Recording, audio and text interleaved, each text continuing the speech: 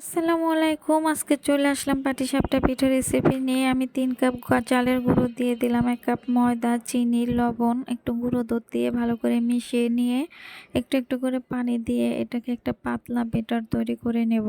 আমার হাজব্যান্ড এসে শুধু বলবে যে আজকে অমুকে এটা বানিয়ে নিয়ে এসেছিল, তমুকে এটা বানিয়ে নিয়ে এসেছিল বাসা থেকে, খেতে অনেক মজা হয়েছিল। বাট আমিও বুঝতে পারলাম যে আমার কাছেও কিছু বলতে চাইছে, তাই আমি পিঠা বানিয়ে পাঠিয়ে দিলাম অফিসে কলিগদের জন্য, সবার জন্য খেয়ে একটু দোয়া টোয়া করে। আমি গোলাটা বানিয়ে নিচ্ছি ভালো করে, দুধটা ঘন করে জাল দিয়ে চিনি দিয়ে এখন একটু চালের গুঁড়ো লিকুইডটা ঢেলে দিয়ে অনবরত নাড়তে থাকবো।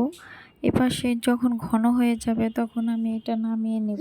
আমি একটা ফ্রাই প্যানের মধ্যে পাটিসাপটাগুলো ভেজে নিচ্ছিলাম, একটু করে গোলা দিয়ে রুটির মতো করে নিয়ে এখানে বেটারটা দিয়ে একটু উল্টিয়ে নিলেই সুন্দরভাবে হয়ে যাচ্ছিল। পাটিসাপটা পিঠাগুলো বানাতে খুবই ভালো লাগে, তো খেতে কিন্তু মজাই হয়েছিল আমার কাছে।